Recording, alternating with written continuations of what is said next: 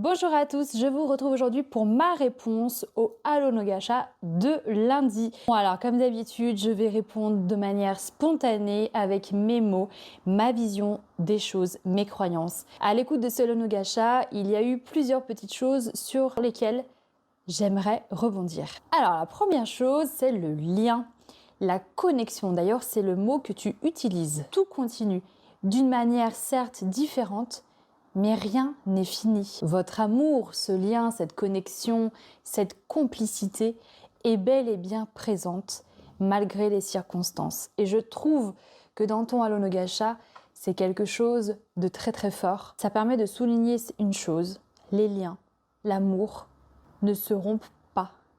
Ils perdurent malgré cette absence physique. Deuxième chose, donc c'est la nuit, tu as rêvé de ton grand-père. Et pour moi, et pour toi aussi d'ailleurs, ce n'est pas un simple rêve. Pour moi, c'est réellement la visite de ton grand-père. Clairement, ton papy avait quelque chose à te dire, avait quelque chose à t'annoncer. Il a choisi de venir par le biais du rêve pour te dire ce qu'il avait à te dire, à te dévoiler. Parfois, on peut se poser la question, est-ce que c'est un simple rêve? Est-ce que c'était réellement la manifestation d'un défunt? Et puis, à d'autres moments, vraiment, on le sait, on le ressent, c'était fort, c'était puissant. On ne peut pas l'expliquer, c'est à l'intérieur de nous, mais on le sait que c'était bien une manifestation d'un être cher. Et c'est le cas dans ton Halo no Gacha. Troisièmement, le lieu de cette visite. C'est pas pour rien non plus que tu as atterri chez tes grands-parents. C'est un lieu familial et c'est chez ton grand-père. Tu avais très certainement l'habitude de t'y rendre dans le passé. Donc le choix du lieu est très important et il nous en dit beaucoup. Ensuite, il t'appelle ma grande. C'est le surnom qu'il te donnait de son vivant. Ça m'a fait sourire parce que souvent les défunts viennent nous voir avec des éléments significatifs. Ça veut dire quoi concrètement? Ils s'adressent à nous avec des surnoms, comme là. Ils ont une tenue vestimentaire bien particulière qu'ils aimaient beaucoup de leur vivant, qu'ils portaient beaucoup. Ils nous emmènent dans un lieu qui n'est pas anodin. On les voit faire quelque chose qu'ils avaient l'habitude de faire dans le passé. Ils peuvent mettre l'accent sur des tout petits détails. Ces signes significatifs sont très importants. Comme s'ils voulaient vraiment montrer c'est moi qui suis là, c'est pas quelqu'un d'autre, c'est pas le fruit de ton imagination. Ensuite, il t'annonce la fameuse nouvelle. Il t'annonce que tu es enceinte alors que tu n'es même pas au courant. D'ailleurs, tu lui dis non. Bah non. Et lui, il insiste. Bah si, ça se voit.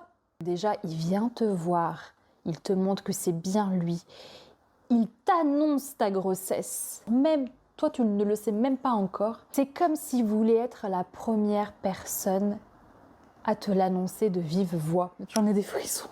Et donc, tu te réveilles le lendemain matin.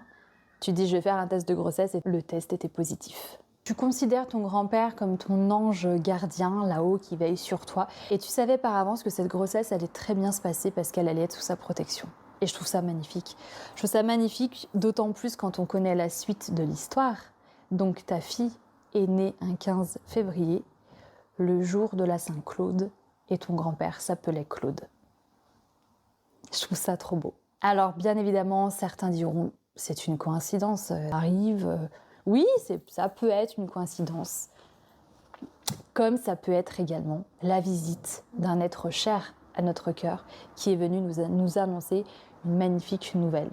Cette histoire, elle sous-entend plein de choses.